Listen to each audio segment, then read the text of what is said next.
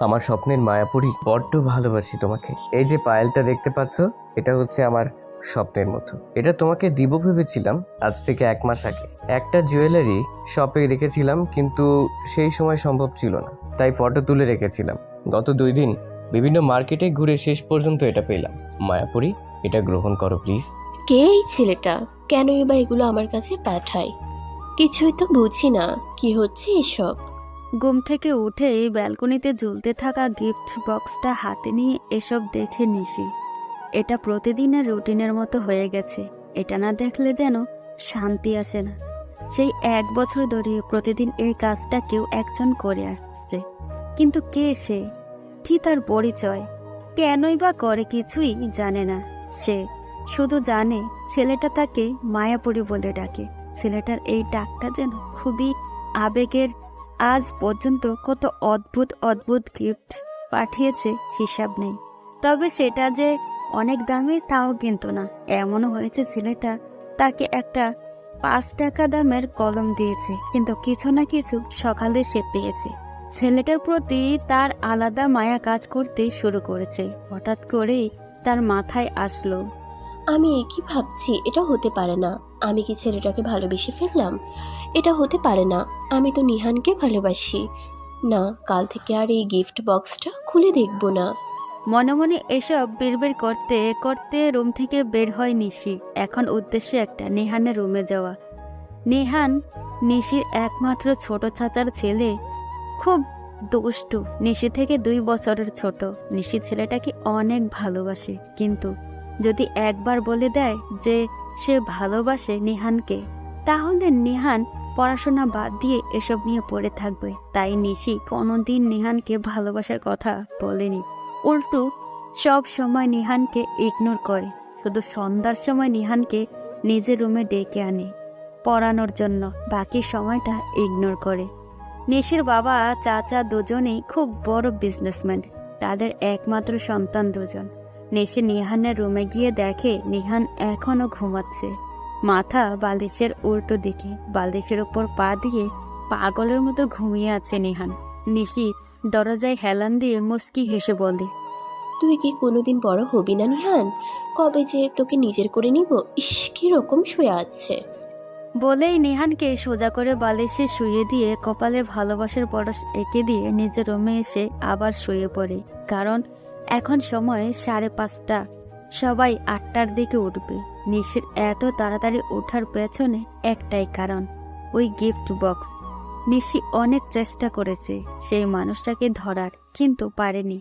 সারা রাত জেগে কাটিয়েছে, কেউ আসেনি। কিন্তু যেই ওয়াশরুমে গেছে, এসে দেখে গিফট বক্স।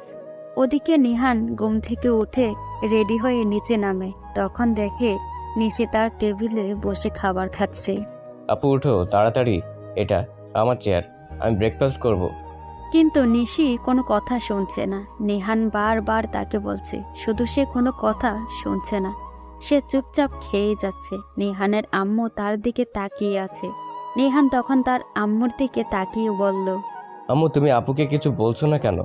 ওকে এই জায়গা থেকে উঠতে বলো, এটা আমার চেয়ার, এটা ও কেন ব্রেকফাস্ট করছে? তার আম্মু তখন তার কথা শুনে নিহানের দিকে কিছুক্ষণ তাকালেন। এরপর চুপচাপ তিনিও কিচেনে চলে গেলেন। একটু পর নিশি উঠে এসে নিহানের গালে থাপ্পড় দিয়ে বলেন, এই, তুই কি ভুলে গেছিস এই চেয়ারটা তোকে কে কিনে দিয়েছিল? এটা জানিস না? এই পরিবারের এমন কোনো চেয়ার নাই। এটা সব থেকে আলাদা আর সুন্দর। এটা আমি তোকে কিনে দিয়েছিলাম। আমি আমার চেয়ারে বসে আছি, তাতে তোর কি? নিহান তখন মনে মনে ভাবল, তুমি কিনে দিয়েছিলে বলেই তো এই চেয়ারে বসার জন্য এত কিছু করছি, কারণ এই চেয়ারটাতে আমি কাউকে ভাগ দিতে পারবো না, কারণ এটা আমার ভালোবাসার মানুষের দেওয়া একমাত্র উপহার। নিহান তখন বুঝতে পারে তাকে রাগিয়ে আর কোনো লাভ নেই। সেই জন্য সে এখান থেকে চলে যায়। ব্রেকফাস্ট না করে নিজের রুমে, আজকে কলেজেও যাবে না ঠিক করেছে। একটু পরপর সে ভয়ে ভয়ে দরজার দিকে তাকাচ্ছে। ছোটবেলা থেকে নিশি তাকে শাসন করে এসেছে, কিন্তু সেই শাসনের ভিতর কখন যে নিশিকে নেহান ভালোবেসে ফেলেছে সেটা নেহান নিজেও জানে না। নিশি তখন বুঝতে পারে নিহান রাগ করে উঠে চলে গেছে। সেজন্য ব্রেকফাস্ট করে নিহানের রুমের দিকে গেল। গিয়ে দেখলো মুখ ফুলিয়ে বসে আছে। এটা দেখে মনে মনে হাসলো আর বলল, এই পাগল, তুই এরকম করে মুখ করে রাখিস কেন? তুই কি জানিস না তোর এই মুখ দেখলে আমি মায়ায় পড়ে যাই? মনে মনে এসব ভাবতে ভাবতে রুমে প্রবেশ করলো। প্রবেশ করতেই নিহান ফিরে তাকালো। নিশি তখন বলল, এখানে দাঁড়িয়ে কি দেখছিস? তাড়াতাড়ি ব্রেকফাস্ট করে নে, এরপর কলেজে যেতে হবে। কলেজ ফাঁকি দেওয়ার ধান্দা, তাই না? এইরকম রাগ আমার সামনে দেখাবি না আর কোনো দিন। আমি বলেছি না আমি কলেজে যাব না, ব্রেকফাস্ট তো করবো না। সব সময় আমার সাথে এরকম করো কেন তুমি? ছোটবেলা থেকে শুধু ছাপ্পড় দিয়ে এসেছো কথায় কথায়। কথাটা বলতে পারলো না, আবার তার গালে থাপ্পড় দিয়ে দিল নিশি। ছোটবেলা থেকে এই একটা কাজই সে করে এসেছে, শুধু নিহানের গালে থাপ্পড় দেওয়া। কিছু একটা বলতে গেলেই শাসন করতে শুরু করে। তার এই শাসনের মাত্রা দিন দিন বেড়েই চলেছে। নিহানের আব্বু আম্মু কিছু বলে না, তারা নিশি যা বলবে তাই সঠিক। নিশান বুঝতে পারল এখন তার সাথে আর বেশি কিছু করতে গেলে সে আরো থাপ্পড় দিয়ে বসবে। সেজন্য তার দিকে তাকিয়ে হেসে দিল। এই খবরদার, আরেকবার যদি হাসবি তাহলে কিন্তু থাপ্পড় দিব, আরও একটা। তাড়াতাড়ি ব্রেকফাস্ট করে রেডি হয়ে নে, আমাকে ভার্সিটি যেতে হবে। এরপর রেডি হয়ে নেয়। নিহান ইন্টার দ্বিতীয় বর্ষে পড়ে, 20 দিন বাকি এসএসসি পরীক্ষা। সেজন্য পড়ার চাপ আরো বেশি। নিশি অনার্স দ্বিতীয় বর্ষে। নিশি তখন নিহানকে নিয়ে চলে যায়, তাকে কলেজে পৌঁছে দিয়ে নিজে ভার্সিটিতে চলে যায়। ভার্সিটিতে গিয়ে বসে আছে, তখন হঠাৎ করে তার বান্ধবী মেলি এসে বলল, দোস্ত, কি হয়েছে তোর? ওই প্রেমিকের ব্যাপারে কিছু জানতে পারলি নাকি? তোর জানতে পারলে তো সবার আগে তোকেই বলতাম কে এই কাজ করছে। কিছুই বুঝে উঠতে পারছি না।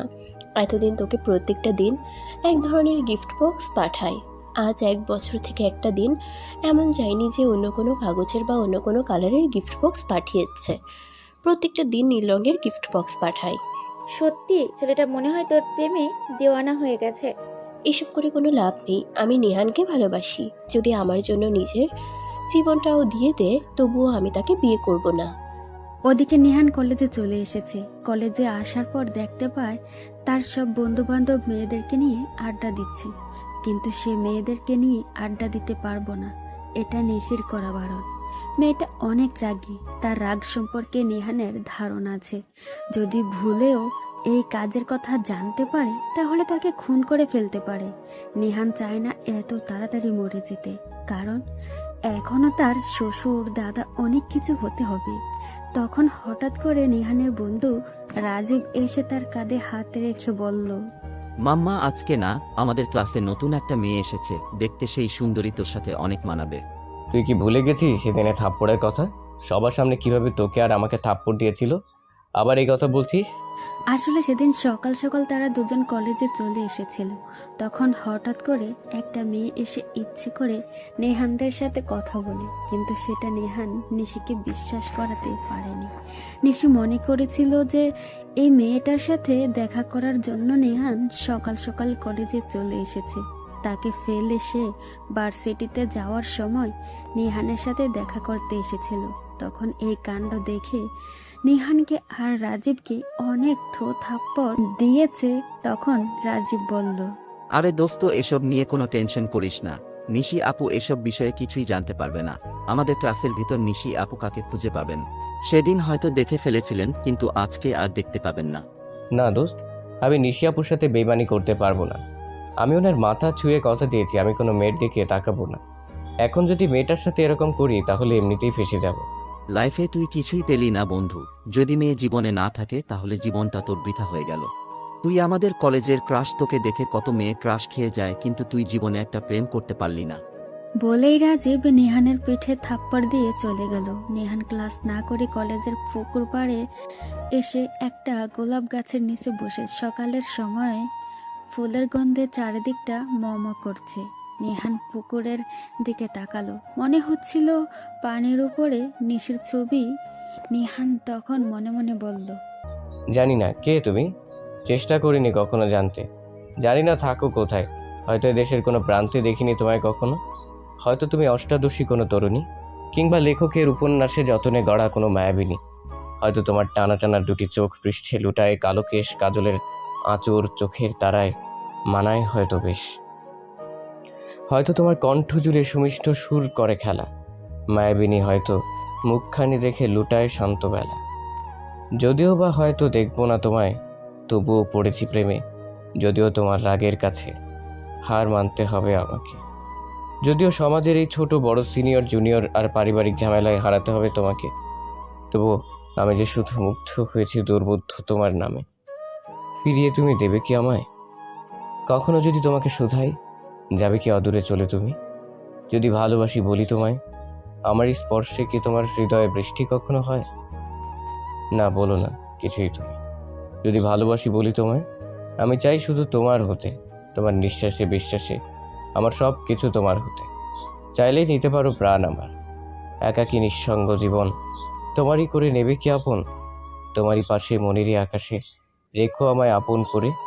আর তো কিছু চাই না আমি। তুমি কি আসবে পথ ভোলা নদীর দেশে? ঢেউয়ে ঢেউয়ে ভাসবো হৃদয়ে, হব দুজন সাথী। তুমি কি নীল মেঘে ঢাকা আকাশে ঝড় তোলা ভরে আমারই মন ভাঙা ঘরে রোদেলা দিনে ফাগুন হবে? তুমি কি দেবে বাবুই পাখির ঠোঁটে ঠোঁটে বোনা সুখের বসতি? হ্যাঁ আমার প্রিয়তমা, আমার রাগী সিনিয়র ভালোবাসা। ক্লাসে এসে এখানে বসা হয় তাই না? হঠাৎ করে পরিচিত কারো কণ্ঠ শুনে নেহান পেছনের দিকে তাকায়। পিছনে ফিরে যখন নিশিকে দেখে তখন তার মাথা নষ্ট হয়ে যায়। সে কাকে দেখছে? সে এখানে কোথা থেকে আসলো? আপু তুমি এখানে? কেন, অন্য কাউকে আশা করছিলি নাকি? না না না, মানে কি মনে করছিস তোকে আমি কলেজে রেখে গিয়েছিলাম ক্লাস করার জন্য, কিন্তু এখানে এসে দেবদাসের মতো বসে আছিস কেন? আসলে আপু ক্লাস করতে ভালো লাগছিল না, সেই জন্য এখানে এসে বসেছিলাম। আর কোনোদিন এরকম হবে না প্লিজ। কেন ভালো লাগবে না? জানি না। ঠিক আছে চল বাসায় ফিরে যাই। নিহান অনেক খুশি হয়ে গেল। আজকে তাকে বাসায় ফিরে যাওয়ার কথা বলছে। অন্যদিন হলে এতক্ষণে 4-5টা থাপ্পড় বসিয়ে দিত। আজকে কি হলো তার? মাথা কাজ করছে না। এরপর তারা বাসায় ফিরে যায়। বাসায় ফিরে যেতেই নিশি তার রুমে চলে যায়, কারণ তার মাথায় এখন কাজ করছে না। কে সেই ছেলেটা? তাকে খুঁজে বের করতেই হবে। নিহানকে সে অনেক বেশি ভালোবাসে। নিহানকে সে ছাড়তে পারবে না। আর ওই ছেলেটার পাগলামি দিন দিন বেড়েই চলেছে। হঠাৎ করে তার ফোনে একটা মেসেজ আসলো আননোন নাম্বারে। মেসেজটা পড়তেই তার মাথা খারাপ হয়ে গেল, কারণ মেসেজ ওই ছেলেটা করেছে সেটা সে বুঝতে পেরেছে। মেসেজে লেখা, মায়াপুরী কি করো? কে আপনি? আমাকে এসব মেসেজ পাঠানো কোন দিন থেকে শুরু করলেন? আর কেন শুরু করলেন? আর আপনি আমার নাম্বার পেলেন কই? এসব গিফট আমার একদম ভালো লাগে না। আপনি কি সেটা বুঝতে পারেন না? কি বলছো? আমার পাঠানো গিফট তোমার ভালো লাগে না? আমি তো দেখি তুমি গিফটগুলো খুব আকর্ষণীয়গুলো। আচ্ছা, আপনি কে সেটা আমাকে ক্লিয়ার করে একটু বলবেন? আমি আপনাকে একটু দেখতে চাই। দেখা হবে মায়াপুরী, খুব শীঘ্রই দেখা হবে। না, আমি আপনাকে এখনই দেখতে চাই। কে আপনি? আপনি মনে হয় আমার উপর সবসময় নজর রাখেন, না হলে আমার ব্যাপারে এত ইনফরমেশন আপনি পান কোথা থেকে? ইনফরমেশন কোথা থেকে পাই সেটা না জানলেও তো তোমার হবে নাকি? এই, আমি আপনাকে সম্মান দিয়ে আপনি করে কথা বলছি, আর আপনি বারবার আমাকে তুমি করে বলছেন। আপনার মধ্যে কি নিম্নতম ম্যানার্স বলতে কিছু নেই? যদি কখনো প্রণয়ের কাট করায় আমাকে দাঁড় করাও এই তুমি বলার কারণে, তাহলে আমি বলবো আমার না হয় হয়ে যাক আজ একটু অপরাধ, এরপরেও যদি মিটে আমার তুমি বলার স্বাদ। কথাটা শুনে নিশি মনে মনে হেসে উঠল। ছেলেটা সত্যি অদ্ভুত, কিরকম করে জানি কথা বলে। তবে আছে, ছেলেটাকে আজকে সে দেখেই ছাড়বে। মনে মনে সিদ্ধান্ত নিয়েছে রাতের বেলা সে জেগে থাকবে আজকেও। আগে অনেকবার চেষ্টা করেছে কিন্তু পারেনি। আজকে সে যে করেই হোক ছেলেটাকে দেখতে চায়। সেজন্য তাড়াতাড়ি খাওয়া দাওয়া শেষ করে রাত 8টার দিকে বসে পড়ে ব্যালকনির দিকে, কারণ এই দিক দিয়েই ছেলেটা সব সময় আসা যাওয়া করে। সেই জন্য সে ব্যালকনির সামনে দাঁড়িয়ে থাকে। আজকে যে করে হোক ছেলেটাকে দেখে ছাড়বে। দেখতে দেখতে রাত 11টা বেজে গেল, এখনো কেউ আসছে না। হঠাৎ করে তার ফোনে মেসেজ আসলো, আমাকে দেখার জন্য এতক্ষণ ধরে দাঁড়িয়ে থাকার কি প্রয়োজন? আমি তো একদিন বলেছি তোমার সাথে আমার দেখা হবে, কেন এত অপেক্ষা? তুমি কি ভাবছো দাঁড়িয়ে থাকলেই আমাকে দেখে ফেলবে? নিশি আর কোনো মেসেজের রিপ্লাই দেয় না। সেখানেই দাঁড়িয়ে থাকে, কারণ আজকে সে আর কোনো কথা বলবে না, দাঁড়িয়ে থাকবে। সে ভাবে একটু লুকিয়ে থাকবে, কিন্তু ছেলেটা তার উপর এত নজর রাখছে কিভাবে। সেই জন্যই সে দরজা বন্ধ করে ব্যালকনির বাইরে এসে একটা চেয়ারের নিচে লুকিয়ে পড়ে। তখন হঠাৎ করে দেখতে পায় একটা সাদা শার্ট পরা লোক তার ব্যালকনির দিকে এগিয়ে আসছে। সে গভীর আগ্রহে তার মুখ দেখার অপেক্ষা করছে, কিন্তু মুখের উপর কালো একটা কাপড় বাঁধা। সে গিফট বক্সটা রেখে যখন চলে যাবে, তখন নিশি তার শার্টের পিছন দিকটা ধরে ফেলে। কে আপনি? 1 বছর থেকে এরকম করে যাচ্ছেন, আজকে আপনাকে আমি দেখতে চাই। ঘুরে তাকান আমার দিকে।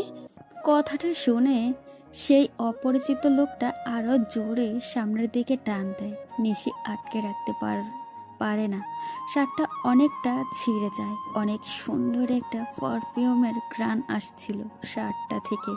তার হাতে শার্টের একটা টুকরো থেকে যায়, আর সেই লোকটা সেখান থেকে চলে যায়। নিশি তখন নিজেকেই গালি দিতে শুরু করে। দূর, আজকেও লোকটাকে দেখতে পেলাম না। লোকটা কেন এরকম করছে তাকে তো জিজ্ঞাসা করতে পারতাম, কিন্তু দাঁড়ালো না কেন? মনে মনে এসব প্রশ্ন করে সে নিজের জায়গায় গিয়ে শুয়ে পড়ে। তখন সে আবার ভাবে যে গিয়ে গিফট বক্সটা খুলবে। তখন সে ব্যালকনি থেকে গিফটের বক্সটা হাতে নেয়। বক্স খুলতেই দেখতে পায় একটা অনেক সুন্দর রঙিন কাগজের কলম, যার উপর একটা ছোট্ট চিরকুট। মায়াপুরী, আমার তো এখন সামর্থ্য নেই তোমাকে দামি কিছু দেওয়ার, কিন্তু একদিন তোমাকে আমি দিব, খুব ভালো কিছুই দিব। নিশি তখন অবাক হয়ে সেই চিরকুটের দিকে তাকিয়ে থাকে। ছেলেটা কি সত্যি তাকে ভালোবাসে? নিশি তখন ঘুমিয়ে পড়ে। পরের দিন ভার্সিটি বন্ধ, শুক্রবার, সেই জন্য অনেক দেরি করে ঘুম থেকে উঠে দেখে বাড়িতে অনেক চিৎকার চেঁচামেচি। কি হচ্ছে কিছুই বুঝতে পারছে না। রুম থেকে বের হয়ে নিহানের রুমের দিকে যায়। রুমে ঢুকতে যাবে, ঠিক তখনই কিছু একটা শুনতে পায়। নিহান, আমি তোমাকে ভালোবাসি। আমি আম্মুর সাথে কথা বলেছি তোমার ব্যাপারে। আম্মু বলেছে যে তুমি এসএসসি শেষ করার পর মামার সাথে কথা বলবে। মামি রাজি আছেন, তোমার কি মতামত? মাহার কণ্ঠ শুনে নিশি থমকে দাঁড়ায়, নিজের গালে হাত দেয়। হঠাৎ জল দেখতে পায়, নিজের অজান্তেই কান্না করে দিয়েছে। সে নিহানের উত্তরের অপেক্ষায়। ওইদিকে নিহান মাহাকে কষ্ট দিতে চায় না। মেয়েটা অনেক ছোট, ক্লাস 10-এ পড়ে। এই সময় এরকম কিছু বলতে চায় না, যার কারণে মাহা আবেগের বশে কিছু করে ফেলুক। সে মাহার দিকে তাকিয়ে বলে, মাহা, আমি আমার বাবা মায়ের একমাত্র ছেলে। ছোটবেলা থেকে যা ইচ্ছে করেছি তাই পেয়েছি, তাই বাবা মা আমার ব্যাপারে যা সিদ্ধান্ত নেবেন তাই হবে। এখন আমার পড়াশোনা বাকি আছে। নিশি নিহানের কাছ থেকে এমন উত্তর আশা করেনি। সে দৌড়ে সেখান থেকে ছাদে চলে যায়। কান্না করতে শুরু করে, প্রচন্ড কান্না। কেউ তার কান্না শুনতে পাচ্ছে না। নিহান, এমনটা না বললেও তো পারতি। আমি কি খুব খারাপ? আমাকে একটু ভালোবাসা যায় না? কেন এমন করলি? তুই কি পারতি না মাহাকে আমার কথা বলতে? নাকি জীবনে একটা মুহূর্তের জন্য আমার ভালোবাসা তুই বুঝিসনি? ওদিকে মাহা আর নিহান কথা বলতেই থাকে। নিহান কিছুতেই মাহাকে বোঝাতে পারছে না, আর স্ট্রেট কথা বলে কষ্ট দিতে পারছে না। তার ফুফির একমাত্র মেয়ে। সে তখন মাহাকে বুঝিয়ে বলে, মা, তোমাকে তো দেখতে একদম পরীদের মতো। তুমি চাইলে আমার থেকে আরো ভালো একটা ছেলে পাবে। তুমি চাইলে তাকে বিয়ে করতে পারো, কিন্তু আমি তো একজনকে ভালোবাসি, আর আমি জানি আমার আব্বু আম্মু আমার কথা রাখবে। আমি বিশ্বাস করি তাদেরকে। এরপর যা হবে তা তাদের সিদ্ধান্ত। কিন্তু আমি যে তোমাকে ভালোবাসি, আর কে সে যাকে তুমি ভালোবাসো? সময় হলে সব জানতে পারবে, একটু অপেক্ষা করো। মাহা নাছরবান্দা। আজকে সে যে করেই হোক জানতে চায় নিহান কাকে ভালোবাসে। সেই জন্য সে আবার বলে, আজকে তোমাকে বলতেই হবে কাকে তুমি ভালোবাসো, না হলে আমি তোমার রুম থেকে যাব না। আমার মনে হচ্ছে তুমি আমাকে বিয়ে করবে না বলে এরকম বলছো। আমি তোমাকে বলতে রাজি, তবে কথা দিতে হবে তুমি আর আমি ছাড়া যেন পৃথিবীর কেউ এই বিষয়ে না জানতে পারে। কেন? সেটা পরে বলবো, এখন কথা দাও। আচ্ছা ঠিক আছে, আমি নিশি আপুকে ভালোবাসি। কিন্তু আপু তোমার থেকে বড়। আমি কিছুই জানি না, আমার নিশি আপুকে চাই। মাহা কোনো কথা না বলে সেই রুম থেকে চলে গেল।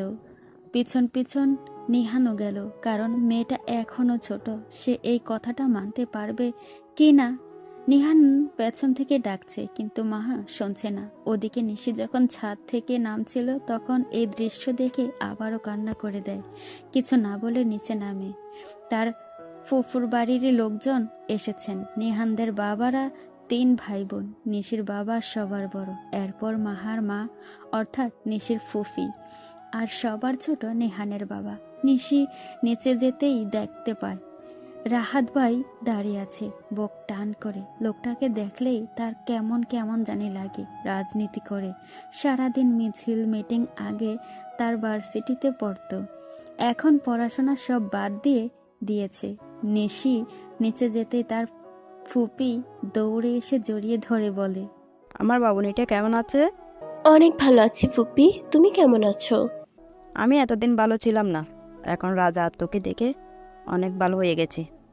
নিশির ফুপি নিহানকে রাজা বলে ডাকেন, কারণ নিহান নাকি রাজার মতো এই পরিবারে এসেছিল। নিহান যখন জন্ম নেয় তখন তাদের ব্যবসা রকেটের গতিতে এগোতে থাকে, যার কারণে তার ফুপি নিহানকে রাজা বলে ডাকে। তখন নিশির আম্মু বলেন, নিশি, নিহান কোথায়? সেই সকাল থেকে দেখছি না। সেটা কি আমাকে জিজ্ঞেস করার বিষয়? তোমাদের রাজপুত্র কোথায় আছে তোমরা খুঁজে নাও। দেখেন আপা, দিন দিন কত বেয়াদব হয়ে যাচ্ছে মেয়েটা। এদের নিয়ে কি করব বলেন? আচ্ছা ভাবি, বাদ দাও না। ভাইয়ারা কই? ওনাদের রাজকার্য উদ্ধার করতে গেছেন। শুক্রবার কোথায় একটু শান্তিতে পরিবারকে সময় দিবে তা না, ওনারা চলে গেছেন অফিসে। নিশির ফুপি রুমানা বেগম দীর্ঘশ্বাস ফেলে বললেন, একদম বাবার মতো হয়েছে দুজন। আমার বাবা এরকম ছিলেন, অনেক মিস করি তাদেরকে। তখন সবাই সোফায় বসে গল্প করতে শুরু করে। নিশি শুধু বারবার উপরের দিকে তাকাচ্ছে নিহান আসছে কিনা, কিন্তু নিহানের কোনো খোঁজ খবর নেই। এরপর মন খারাপ করে নিজের রুমে চলে যায়। সে কি করবে কিছুই বুঝে উঠতে পারছে না। ওদিকে নিহান মনে মনে ভাবছে কিভাবে নিশিকে ভালোবাসার কথা বলবে, কিন্তু নিশিকে কথা বলতে গেলে নিশি তাকে মেরে ফেলবে। বিকালে তার বাবা ওরা সবাই বাড়িতে ফিরে আসলো। নিহান তখন সবাই বসে আছে তার ফুপির কোলে মাথা রেখে। তখন নিহানের বাবাকে তার ফুপি বলল, ভাই, আমি এখানে এসেছিলাম একটা কাজে। আমার ছেলে রাহাত, তোমরা তো জানোই, ও অনেক বড় হয়েছে, পড়াশোনা শেষ করেছে। এখন আমি চাই ওর বিয়ের ব্যবস্থা করতে। এটা তো খুব ভালো কথা। রাহাতের বিয়ের ব্যবস্থা করো। তুমিও তো এখন একা, আস্তে আস্তে তুমিও তো কাজ করতে পারবে না। এর আগে তোমার ছেলেকে বিয়ে দিয়ে দাও। ওর বিয়েটা দেওয়ার জন্য তোমাদের কাছে এসেছিলাম। আমি চাচ্ছি আমার পরি অর্থাৎ নিশিকে আমার ঘরে নিয়ে যেতে, তোমাদের যদি কোনো আপত্তি না থাকে। ফুপির কথা শুনে নিহানের মাথায় বাজ পড়ল। সে একই শুনছে। সে নিস্তব হয়ে তার ফুপির দিকে তাকিয়ে আছে। তখন তার বাবা বলে উঠলেন, নিশির ব্যাপারটা নিশির হাতেই আমরা ছেড়ে দিতে চাই। ও যদি রাজি থাকে তাহলে আমাদের কোনো আপত্তি নেই। ভাইয়া, তুমি নিশিকে একবার জিজ্ঞাসা করে দেখতে পারো। হ্যাঁ, এটা তুই ঠিক বলছিস আরমান। আমি চাই আমার মেয়েকে যাকে বিয়ে করতে চাইবে তাকে আমি আমার মেয়ের জামাই হিসেবে মেনে নেব। আমার এতে কোনো আপত্তি নেই। যদি নিশি রাহাতকে বিয়ে করতে রাজি হয় তাহলে আমি রাহাতের সাথেই ওর বিয়ে দেবো। আমি জানি আমার পরি আমার কথা অবাধ্য হবে না। আমার ছেলের জন্য ও রাজি হয়ে যাবে। আমার ছেলে ওকে অনেক ভালোবাসে। আমাকে আমার ছেলে বলেছে ওকে ঘরে বউ করে নিয়ে যেতে। ওকে আমি নিজে মেয়ে মতো করে দেখব। নিহান তখন সেখানে আর এক মুহূর্ত দাঁড়ালো না। সে নিশির বিয়ে হয়ে যাবে এটা ভাবতে পারছে না। দৌড়ে চলে গেল নিজের রুমে, গিয়ে কান্না করতে শুরু করলো। ওদিকে নিশি নিজের রুমে বসে কান্না করছে। রাতের বেলা যখন ডিনার করতে সবাই বসেছে, নিশি আসলো মন খারাপ করে। তখন রাহাত তার দিকে বারবার অদ্ভুত দৃষ্টি দিয়ে তাকাচ্ছে। নিশি তখন মনে মনে ভাবলো, এই পাগলটা বারবার আমার দিকে এরকম করে তাকাচ্ছে কেন? ওকে আমি সহ্য করতে পারি না, এটা কেউ বুঝতে পারে না? তাহলে বারবার আমার দিকে তাকাচ্ছে কেন? ইচ্ছা করছে চামচ দিয়ে ওর চোখগুলো তুলে নিতে। রাহাত তখন নিশির এমন চাহনি দেখে মুস্কি মুস্কি হাসছে আর নিশির দিকে তাকিয়ে আছে। তখন হঠাৎ করে নিশির বাবা বলে উঠলেন, মামুনি, আমরা তোমার বিয়ের কথা বলছিলাম। তোমার তো আস্তে আস্তে পড়াশোনা শেষ হয়ে যাচ্ছে। আমরা চাই এখন তোমার বিয়ে দিয়ে দিতে। তোমার ফুপি তোমার বিয়ের ব্যাপারে একটা আলাপ নিয়ে এসেছেন। তুমি যদি রাজি থাকো তাহলে রাহাতের সাথে তোমার বিয়ে দিতে চাই। নিশি তখন জল খাচ্ছিল। হঠাৎ করে তার কাশি উঠে গেল। সে কি বলবে সে নিহানের দিকে একবার তাকালো। নিহান হাসি মুখে তার দিকে তাকিয়ে আছে। নিহান মনে মনে মরে যাচ্ছে, কিন্তু হাসি মুখে তাকিয়ে আছে নিশির দিকে, কারণ সে জানে তার বাবা মা তার সাথে বিয়ে দেবে না, কারণ সিনিয়র জুনিয়র সমস্যা রয়েছে তাদের মধ্যে। এছাড়াও সমাজের মানুষ তাদের এই সম্পর্ক মেনে নেবে না। কিন্তু সে নিশির সিদ্ধান্ত জানতে চায়। তখন নিশি নিহানের এমন হাসি দেখে অনেক রেগে যায়। সে মনে মনে সিদ্ধান্ত নেয়, তুই যদি আমাকে ভালো না বেশে মাকে নিয়ে খুশি থাকতে পারিস তাহলে আমি কেন পারবো না? আমিও রাহাতকে বিয়ে করব। তোকে আমি দেখিয়ে দিব আমিও তোকে ছাড়া ভালো থাকতে পারি। নিশি তখন তার ফুপির দিকে তাকালো। তার ফুপি অনেক আগ্রহ নিয়ে তার সিদ্ধান্ত জানার জন্য অপেক্ষা করছে। নিহান নিশির দিকে তাকিয়ে আছে। সে জানতে চায় নিশির সিদ্ধান্ত কি। নিশি যদি না করে তাহলে সে খুশিতে আত্মহারা হয়ে যাবে। কিন্তু নিশি তার দিকে তাকিয়ে আবার বলে উঠল, বাবা মা, তোমরা আমাকে ছোটবেলা থেকে বড় করেছো, তোমরা আমাকে অনেক আদর দিয়ে বড় করেছো। আমি তোমাদের সিদ্ধান্তের উপর কোনো কথা বলবো না। তোমরা যদি চাও আমাকে একটা পাগলের সাথে বিয়ে দিতে তাহলেও আমি রাজি আছি। আর সেখানে তো রাহাত ভাই, আমি রাজি আছি। তোমরা সব ব্যবস্থা করো। সঙ্গে সঙ্গে নিহান খাবারের টেবিল থেকে উঠে গেল। সে আর এখানে বসে থাকলে কান্না করে দিবে। সবার সামনে সে কান্না করতে পারবে না।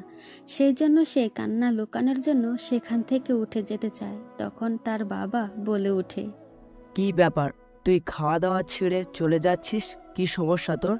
না বাবা, আমার আর খিদে নেই, আমি এখন রুমে যেতে চাই, আমার কিছুই ভালো লাগছে না। বলেই নিহার নিজের রুমে চলে যায়। নিশি তখন নিহানের যাওয়ার দিকে তাকিয়ে আছে। তার ভিতরটা ফেটে যাচ্ছে নিহানের জন্য। কিন্তু নিহান যে মাহাকে বলে দিয়েছে তার সিদ্ধান্তের কথা, এটা সহ্য করতে পারছে না। ওদিকে নিহান নিজের রুমে গিয়ে একের পর এক জিনিস ভাঙতে শুরু করে। এটা কেউ জানে না। সারা রাত দরজা বন্ধ করে কান্না করছে। পরের দিন থেকে সবাই বিয়ের জন্য প্রস্তুতি নিতে শুরু করলো। ওদিকে রাহাত যখন বাইরে গেল তখন হঠাৎ করে তার সামনে কয়েকটা ছেলে এসে বলল, এই ছেলে, তোর সাহস কি করে হলো? তুই নিশিকে বিয়ে করবি? অনেক সাহস হয়ে গেছে তাই না নিশিকে বিয়ে করার? তাহলে আজকে তোকে বিয়ের সব শখ মিটিয়ে দিব। কে ভাই আপনারা? এভাবে তাকিয়ে আছেন কেন আমার দিকে? আর আমাকে এরকম করে কথা বলছেন কেন? এটা আমার মা বাবার সিদ্ধান্ত নিয়েছে। আমার মা মামি সবাই রাজি আছেন। তাহলে তোমরা কেন আমাকে বাধা দিচ্ছ? তোমার সাথে নিশির সম্পর্ক কি? সেটা তোকে বলতে যাব কেন? নিশি ম্যাডামকে আমাদের স্যার বিয়ে করবে। তুই মাঝখান থেকে কোথায় থেকে চলে আসলি? তোকে এমন শিক্ষা দিব আর কোনোদিন বিয়ের শখ উঠবে না। আজকের মতো তোর আসল জায়গা কেটে দিব। বলে ছেলেগুলো রাহাতকে মারতে শুরু করলো। রাহাত তাদের মার খেয়ে মাটিতে শুয়ে পড়লো। এরপর রাহাতকে নিয়ে হসপিটালে ভর্তি করে দিল। নিশি তখন নিজের রুমে শুয়ে কান্না করছে। তার কিছুই ভালো লাগছে না। হঠাৎ করে তার ফোনে মেসেজ আসলো, মায়াপুরী, তুমি আমাকে ছাড়া অন্য একজনকে বিয়ে করতে চাইছো? তুমি কি ভাবছো তোমার বাড়ির খবর আমি জানতে পারবো না? তোমার বাড়িতে যে তোমার বিয়ে নিয়ে কথা হচ্ছে সেটা আমি অনেক জানতে পেরেছি। তাই তোমার হবু স্বামীকে আমি ব্যবস্থা করে দিয়েছি। পিজি হসপিটালে যাও, গিয়ে দেখো তোমার হবু স্বামীর কি অবস্থা কি। নিশি তখন লোকটাকে আবার মেসেজ করতে যায়, কিন্তু সে অফলাইনে চলে যায়। একটা অজানা ফেসবুক আইডি থেকে বারবার তাকে মেসেজ করা হচ্ছে। একটা অচেনা নাম্বার থেকে আবার মেসেজ করা হচ্ছে। দুইটা ওই লোকটা করছে, সেটা বুঝতে সে পারছে, কিন্তু কিছুই করার নেই। সে তখন দৌড়ে চলে যায় সেই হসপিটালে। সাথে তার বাবা মা সবাইকে নিয়ে যায়। গিয়ে দেখতে পায় রাহাতের হাতে পায়ে ব্যান্ডেজ করা অবস্থায় পড়ে আছে। রাহাত তখন তার মায়ের দিকে তাকিয়ে বলে, মা, আমাকে কয়েকটা অচেনা ছেলে এসে মেরে দিয়ে গেছে। আমি নাকি নিশিকে কেন বিয়ে করতে চাই সেটা জানতে চাই তারা। তাদের বস নাকি নিশিকে বিয়ে করবে। নিশি তখন মনে মনে বুঝতে পেরেছে কে এই কাজ করেছে, কিন্তু কিছুতেই বলবে না, কারণ তার বাবা মা তাকে সন্দেহ করতে পারে। সেজন্য সে চুপচাপ দাঁড়িয়ে আছে। তখন তার বাবা বলে ওঠে, কি বলছো রাহাত? তোমাকে নিশিকে বিয়ে করার জন্য মেরে দিয়ে গেছে নাকি অন্য কোনো কারণে মেরেছে? তুমি রাজনীতিতে জড়িয়ে আছো, তোমাকে অন্য কারণে মারতে পারে, কিন্তু নিশির সাথে তো কারো সম্পর্ক নেই। নিশি, তোমার সাথে কি কারো সম্পর্ক আছে? বাবা, তোমরা আমাকে ছোটবেলা থেকে দেখছো, আমি কারোর সাথে কোনো প্রেমের সম্পর্কে জড়াই নাই। আর কে আমাকে বিয়ে করবে, ওনার মনে হয় কোনো রাজনৈতিক শত্রু ওনাকে মেরে দিয়ে গেছে। আমারও সেটাই মনে হয়। তোকে বারবার বলেছিলাম রাজনীতি না করতে, কিন্তু সেই রাজনীতিতে জড়িয়ে পড়লি। এখন দেখ কিভাবে তোকে মেরে দিয়ে গেল। আমরা এদিকে বিয়ের ব্যবস্থা করতেছি, এখন তোর হাত পা ভাঙা। বিয়ের ব্যবস্থা করব কি করে? তুই আগে সুস্থ হ, তারপর বিয়ের ব্যবস্থা করব। আজকে নিহান আসেনি রাহাতকে দেখতে। এরপর 1 সপ্তাহ পর রাহাতকে নিয়ে যাওয়া হয় বাসায়। এই 1 সপ্তাহের ভিতরে নিহান আর নিশির কোনো কথা হয়নি। আজকে সন্ধ্যায় নিশি নিহানের রুমে যায়, গিয়ে দেখতে পায় নিহান বিছানায় শুয়ে আছে, কোনো কথা বলছে না। তার সাথে তাকে দেখে উল্টো দিকে শুয়ে আছে। এই 1 সপ্তাহের ভিতরে একদিনের জন্য তার গিফট আসা বন্ধ হয়নি। সেই লোকটাকে সে এখনো চিনতে পারেনি। লোকটাকে যে রাহাতকে মেরেছে সেটা খুব ভালো করে বুঝতে পারছে। নিহানের এমন অবস্থা দেখে নিশির অনেক কষ্ট হচ্ছে, কিন্তু এখন নিহানকে বোঝাতে হবে। নিহানকে যে করেই হোক পরীক্ষায় প্রস্তুতি নিতে হবে, না হলে নিহান কিভাবে পরীক্ষা দিবে। আর মাত্র 10 দিন বাকি আছে ওর এসএসসি পরীক্ষার। এভাবে যদি পড়ে থাকে তাহলে পরীক্ষা দিতে পারবে না। এখানে শুয়ে আছিস কেন? তাড়াতাড়ি উঠে আয়, পড়তে বসবি না? না আপু, তুমি আমার রুম থেকে চলে যাও। আমি একা একাই পড়তে পারবো। আমার এসব ভালো লাগছে না। আমি পরীক্ষা দিব, আমাকে নিয়ে তোমার কোনো টেনশন করতে হবে না। এই, আমার মুখের উপর কথা বলিস? তোর সাহস কি করে হলো? তাড়াতাড়ি উঠে আয় বলছি, না হলে কিন্তু থাপ্পড় দিয়ে দাঁতগুলো সব ফেলে দিব। নিহান তখন কোনো কথা না বলে নিশির সাথে হাঁটতে শুরু করে। এরপর নিশির রুমে গিয়ে পড়তে বসে। একটা কথাও বাড়াবাড়ি বলছে না। আগে নিহান পড়তে বসলে এটা ওটা জিজ্ঞেস করে পড়া ফাঁকি দেওয়ার চেষ্টা করত, কিন্তু আজ চুপচাপ পড়তে বসে আছে। এটা নিশির একদম ভালো লাগছে না। নিশি তখন নিহানের দিকে তাকিয়ে বলল, নিহান, তোর কি হয়েছে? এই কয়েকদিন থেকে লক্ষ্য করছি তুই আমার সাথে তেমন কোনো কথা বলছিস না, বা কারোর সাথেই তুই বসিস না। কি সমস্যা তোর? আমার বিয়ে নিয়ে তোর কোনো সমস্যা নাকি? নিহান মনে মনে ভাবে তার বিয়ে নিয়েই তো সকল সমস্যা। সে যে নিশিকে ভালোবাসে সেটা সে বলতে পারছে না। সাহস করে আবার নিশিকে হারিয়ে ফেলবে, এই ভয়টাও সে সহ্য করতে পারছে না। সে নিশির দিকে করুণ দৃষ্টিতে তাকিয়ে আছে। নিশি নিহানের এমন তাকানো দেখে মনে মনে কিছুটা আনন্দ পায়, কারণ হয়তো নিহান তাকে ভালোবাসে, সেজন্য তার বিয়ের বিষয়টা সহ্য করতে পারছে না। কিন্তু নিহার হাসি মুখে বলে, না আপু, তুমি বিয়ে করতে চাইছো, এতে আমার সমস্যা হবে কেন? আমার এমনিতেই মন ভালো নেই, সেই জন্য কারোর সাথে তেমন কথা বলছি না। তোমার বিয়ে নিয়ে আবার আমার কি সমস্যা হবে?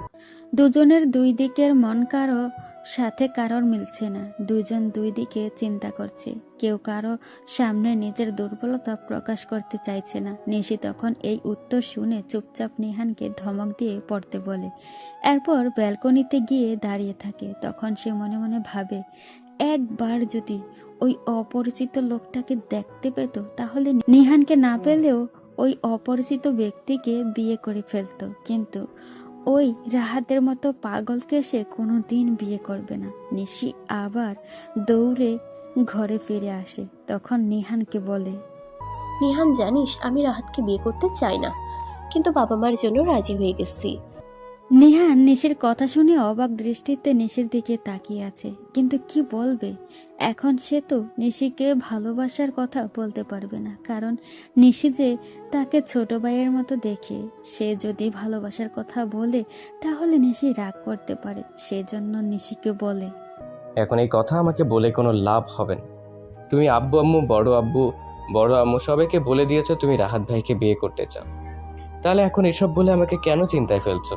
নিশি তখন ভাবছিল যে নিহানকে এই কথাটা বলবে, হয়তো নিহান তাকে নিজের দুর্বলতার কথাটা প্রকাশ করবে, কিন্তু নিহান যে তার সাথে এরকম ব্যবহার করবে এটা সে ভাবতে পারেনি। সে তখন নিহানকে কোনো কথা না বলে বাইরে চলে যায়। দেখতে দেখতে নিহানের পরীক্ষাটা শেষ হয়ে যায়।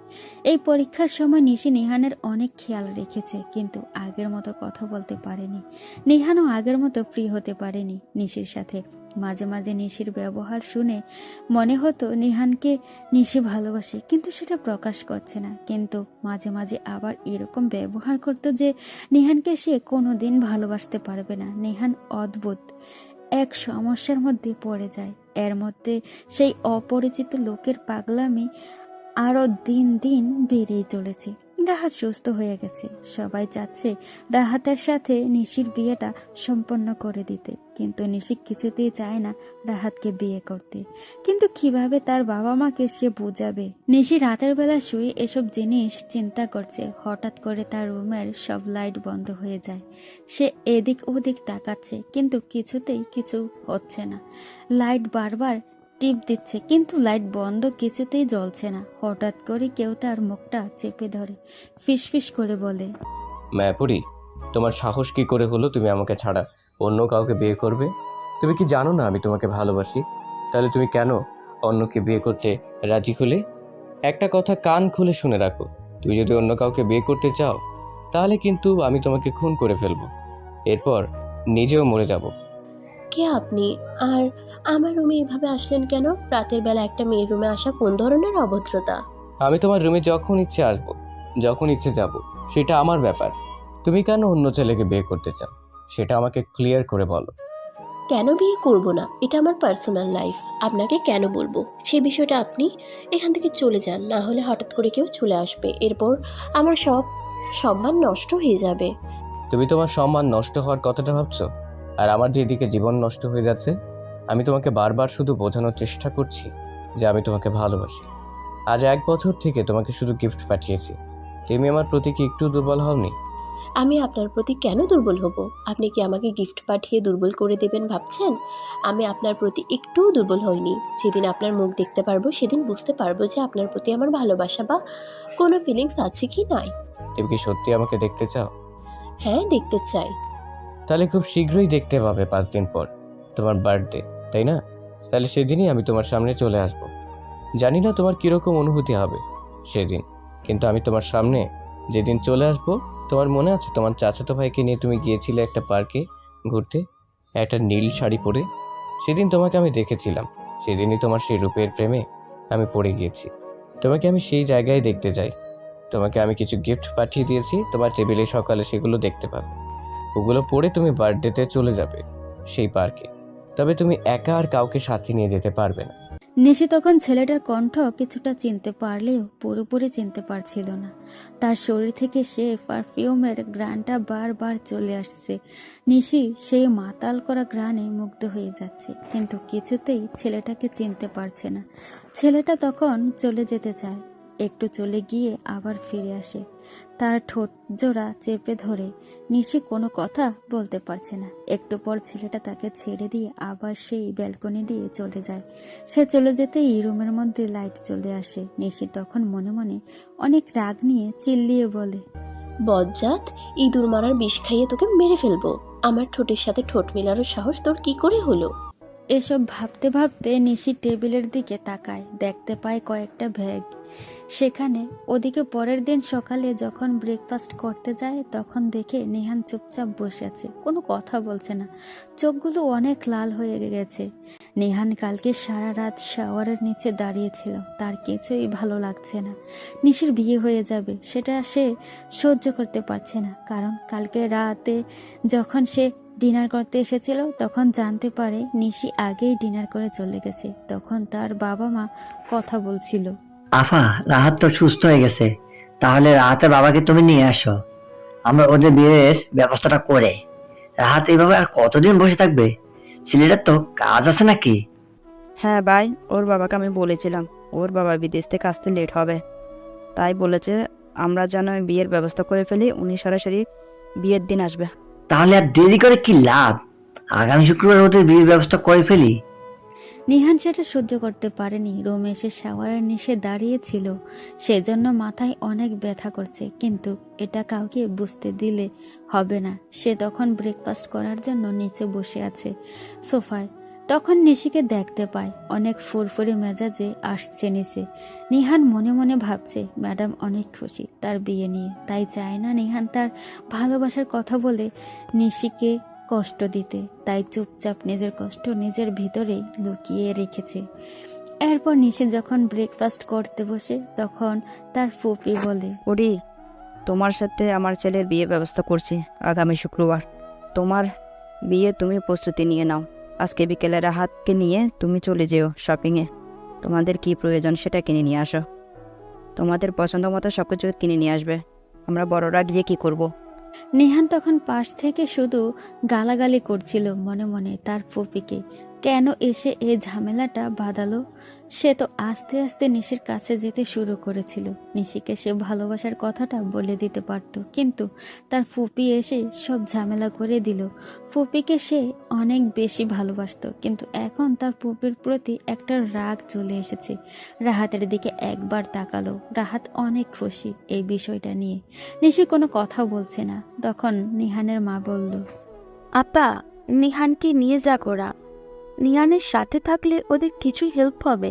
নিহান তখন তার মায়ের দিকে তাকালো। এমনিতেই তার কোনো কিছু ভালো লাগছে না, এর মধ্যে যদি তাদের শপিং দেখে তাহলে তো তার মাথা খারাপ হয়ে যাবে। কিন্তু মায়ের অর্ডার নাও করতে পারবে না, সেজন্য সে ব্রেকফাস্ট না করে নিজের রুমে গিয়ে শুয়ে থাকে। মাথাটা অনেক ব্যথা করছে। বিকাল হতে তার শরীরে জ্বর চলে আসে। তখন হঠাৎ করে মাহা তার রুমে আসে। নিহান ভাই, তোমার কি হয়েছে? কিছু না মাহা, তুমি কেন আমার রুমে এসেছো? আমি কি আসতে পারি না? তুমি বললে তুমি নিশি আপুকে ভালোবাসো। এখন তো নিশি আপুর বিয়ে হয়ে যাচ্ছে ভাইয়ার সাথে। তাহলে তুমি কাকে বিয়ে করবে? তুমি আমাকে মেনে নাও না প্লিজ। আমি তোমাকে অনেক বেশি ভালোবাসি। মাহা, তুমি বুঝতে পারছো না আমার এখন বিয়ে নিয়ে কোনো চিন্তা নেই। আমি এখনো অনেক ছোট, তাই সব ঝামেলা করো না প্লিজ, আমার মাথা ব্যথা করছে। তাহলে দাও, আমি তোমার মাথাটা টিপে দেই। এই মেয়ে, তোমাকে একটা কথা বললে কি তুমি সেটা বুঝতে পারো না? তোমাকে বলেছি না আমার রুম থেকে বের হয়ে যেতে, তাহলে তুমি কেন এখন আমার রুমের মধ্যে দাঁড়িয়ে আছো? তাড়াতাড়ি বেরিয়ে যাও বলছি।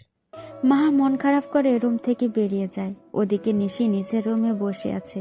তার শপিংয়ে যাওয়ার কোনো ইচ্ছে নেই। নিহানকে সকালে এই অবস্থায় দেখে সে সহ্য করতে পারছে না, কিন্তু নিহান রুমে যাবে সেই সাহসটুকুও তার নেই। কারণ নিহানের কাছে যত যাবে রাহাতকে বিয়ে করাটা তার জন্য কষ্টকর হয়ে যাবে। তখন রাহাত তার রুমে এসে বলে, কি ব্যাপার?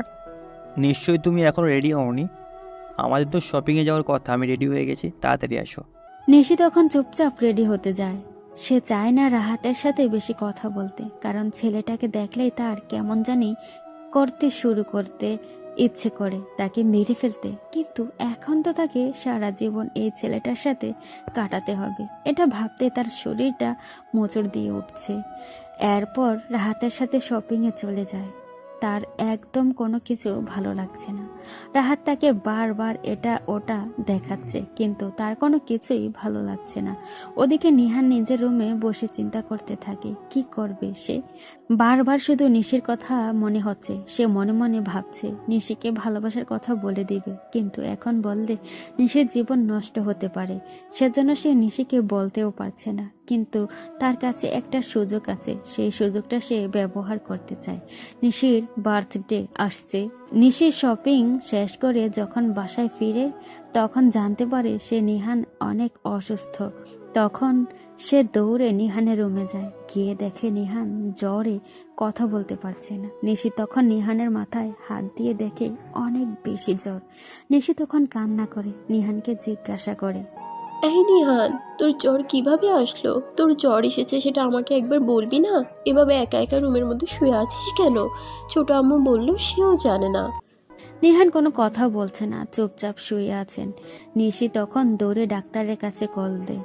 একটু পর ডাক্তার চলে আসে। ডাক্তার এসে নিহানকে দেখে যায়। নিহান তখন সেখানেই শুয়ে আছে। নিশি নিহানের পাশে বসে থাকে। একটু পর মাহা আসে। নিশি মাহাকে দেখে অনেক রেগে যায়, কিন্তু সেটা তার সামনে প্রকাশ করে না। মাহা তখন নিহানের পাশে বসে বলে, নিহান ভাইয়া, তোমার কি হয়েছে? প্লিজ তুমি কথা বলো। তুমি কথা বলছো না কেন? প্লিজ ভাইয়া বলো। নিশি তখন মাহার দিকে তাকিয়ে বলে, মাহা, নিহানের এখন রেস্টের প্রয়োজন। তুমি তোমার রুমে যাও, গিয়ে শুয়ে পড়ো। এখন নিহানের পাশে আমি আছি। আপু, আমি থাকি না, সমস্যা কি? মাহা, আমি তোমাকে কতবার বললাম তুমি তোমার রুমে চলে যাও। এখন আমি নিহানের পাশে আছি, তুমি কেন নিহানের পাশে বসে থাকবে? যাও এখান থেকে। মাহা রাগ করে সেখান থেকে চলে গেল। মনে মনে নিশির প্রতি অনেক রাগ প্রকাশ করছে, কিন্তু সেটা সামনে প্রকাশ করতে পারছিল না। ওদিকে নিহানের প্রচণ্ড মাথা ব্যথা করছে, চোখ মেলে তাকাতে পারছে না। নিহান তখন আস্তে আস্তে বলে, আপু আমার না খুব ঠান্ডা লাগছে। নিহান কাঁপতে শুরু করেছে। নিশি কি করবে বুঝতে পারে না। তখনও হঠাৎ করে নিহানকে জড়িয়ে ধরে শুয়ে থাকে। নিশি নিহানকে জড়িয়ে ধরে আছে। তার শরীরের মধ্যে আলাদা একটা অনুভূতি কাজ করছে, কিন্তু নিহান বুঝতে পারছে না কি হচ্ছে। পুরো রাত থেমে থেমে জ্বর উঠেছে নিহানের। নিশি একটা বারের জন্য ঘুমাতে পারেনি। সকালে ঘুম থেকে উঠে মাথাটা একটু হালকা অনুভব করে। পাশে দেখে নিশি শুয়ে আছেন। নিহান তখন অবাক দৃষ্টিতে নিশির দিকে তাকিয়ে আছে। নিহান মনে মনে ভাবছে, আপু কখন আসলো এই রুমে? সে তখন নিশির দিকে তাকিয়ে আছে। নিহানের নড়াচড়ার শব্দে নিশিরও ঘুম ভেঙে যায়। নিহানের দিকে তাকিয়ে জিজ্ঞাসা করে, তোর জ্বর কমেছে? হ্যাঁ আপু, এখন আমি সুস্থ আছি। ঠিক আছে, তাহলে শুয়ে রেস্ট নে। আমি চাই তোর জন্য ব্রেকফাস্টের ব্যবস্থা করি। ব্রেকফাস্ট করে ওষুধ খেতে হবে। নিশি রুম থেকে বেরিয়ে যায়, গিয়ে কিছু খাবার নিয়ে আসে। নিহানের মুখে তুলে খাওয়াতে থাকে। নিহান মনে মনে ভাবছে, এই মুহূর্তটা যদি এখানে থেমে থাকতো, আর যদি এই সময়টা সামনে এগিয়ে না যেত, এভাবেই যদি সারা জীবন কাটিয়ে দেওয়া যেত। কিন্তু সেটা সম্ভব নয়। এটা ভাবতেই নিহানের চোখ বেয়ে জল গড়িয়ে পড়ে। নিহানের কান্না দেখে নিশি উতলা হয়ে জিজ্ঞাসা করে, নিহান কি হয়েছে? কান্না করছিস কেন? আমাকে বল, কি সমস্যা তোর? না আপু, কিছু হয়নি, এমনি চোখ দিয়ে জল গড়িয়ে পড়ছে। নিশি তখন রুমের মধ্যে নিহানের জন্য টাওয়াল খুঁজতে থাকে, কিন্তু টাওয়াল নিহান রেখেছে একটা বক্সের উপরে। নিশি তখন বক্সটার কাছে যায়, কিন্তু এই গ্রানটা কোথা থেকে আসছে সে বুঝতে পারছে না। মনে হচ্ছিল যেন পারফিউমের গ্রানের মতো, কিন্তু কিছু বুঝে ওঠার আগেই নিহান বলে ওঠে, আপু তুমি কি করছো? না, তোর জন্য টাওয়াল খুঁজছিলাম। আমি এই টাওয়েলটা ব্যবহার করি না। তুমি এদিকে আসো, আলমারির ভিতর আমার নতুন একটা টাওয়েল আছে, এটা নতুন কিনে এনেছি, ওটা এনে দাও। তখন নিশি আর সেখানে দাঁড়ালো না। সে টাওয়ালটা নিয়ে নিহানের মুখটা মুছে দিল, কিন্তু তার মনের মধ্যে একটা খটকা লেগে গেল। এই গ্রানটা কোথা থেকে আসছে, কিন্তু এখন সেটা নিহানকে জিজ্ঞাসা করতে সে পারবে না। এরপর তারা নিচে যায়। বিয়ের সব ব্যবস্থা হয়ে গেছে, আর মাত্র 6 দিন বাকি বিয়ের। এর মধ্যে আবার নিশির বার্থডে। নিশির বার্থডেতে নিহান কিছু না কিছু দেয়। এবার কি দিবে নিশি সেটাই চিন্তা করছে। নিশি যখন নিহানের রুমের পাশ দিয়ে যাচ্ছিল, তখন দেখতে পায় নিহান সেই বক্সটা খুলে একটা ছোট্ট ব্যাংক করে এনেছে। নিশি তখন দরজার আড়াল থেকে দেখতে থাকে সেই ব্যাংকে নিহান কি রাখতে চাইছে। তখন দেখতে পায় নিহান ব্যাংকটা থেকে কিছু টাকা বের করছে। চামচ ব্যবহার করে মনে হচ্ছিল না বেশি টাকা এখানে আছে, তার কারণ নিহানকে বেশি টাকা দেওয়া হয় না। নিহানকে যা টাকা দেওয়া হয় তা নিশির হাতেই দেওয়া হয়। এটা তাদের পরিবারের নিয়ম, কারণ নিশি বলে দিয়েছে নিহানকে আপাতত কোনো টাকা দেওয়ার দরকার নেই।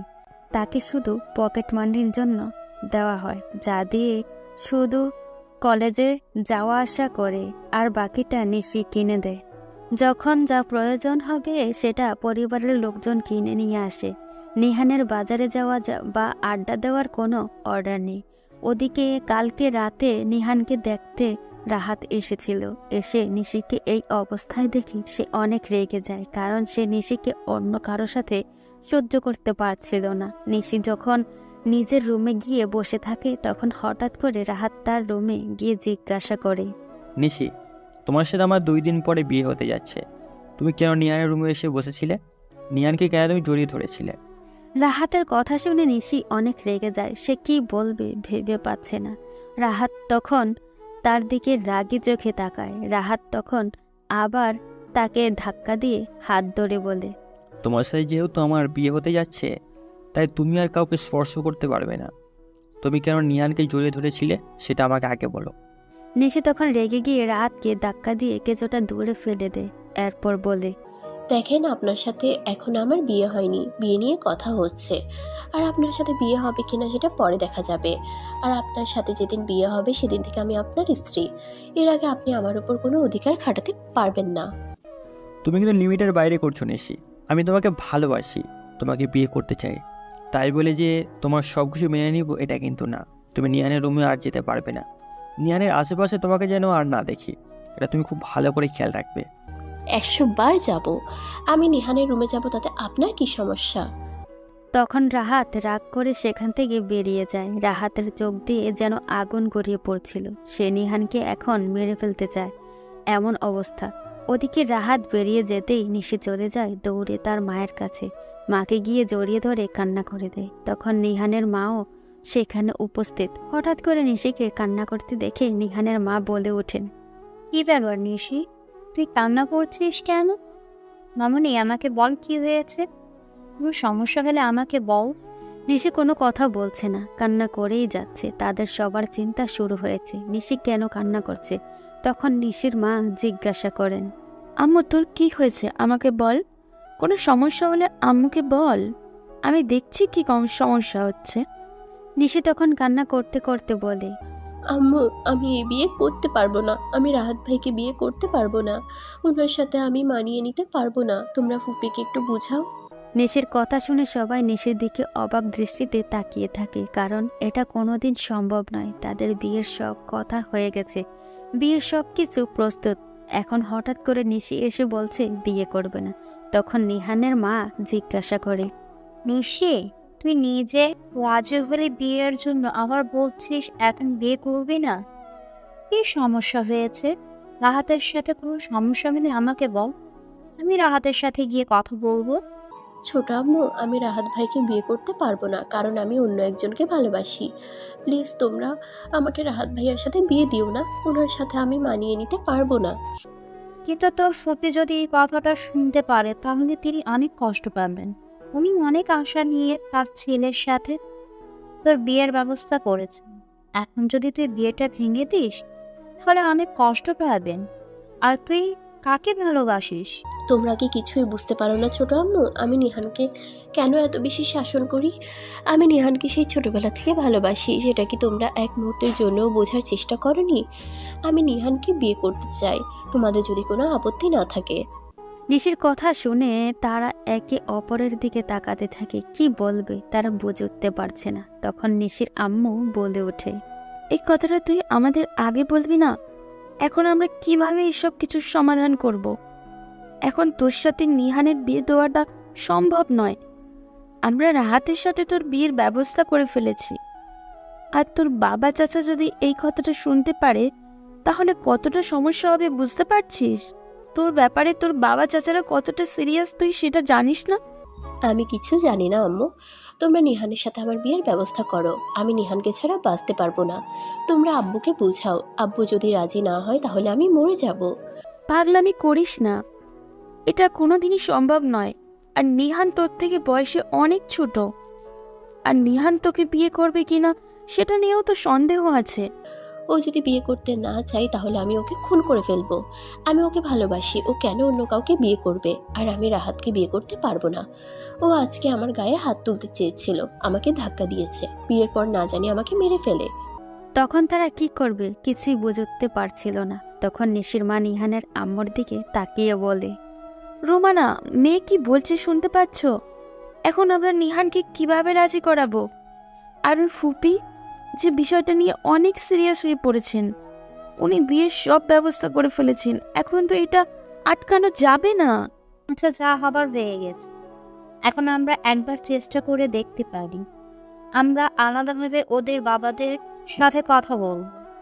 এরপর যদি রাজি হন ওনারা তাহলে পরের বিষয় দেখা যাবে। আমরা আপাকে যেভাবেই হোক বোঝানোর চেষ্টা করব।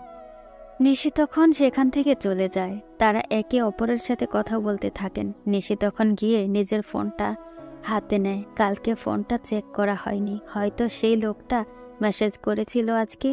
সে অনেক অবাক হয়, কারণ তার ব্যালকনিতে আজকেও একটা গিফট বক্স ঝুলছে। সে মনে মনে অনেক আনন্দিত হয়েছিল।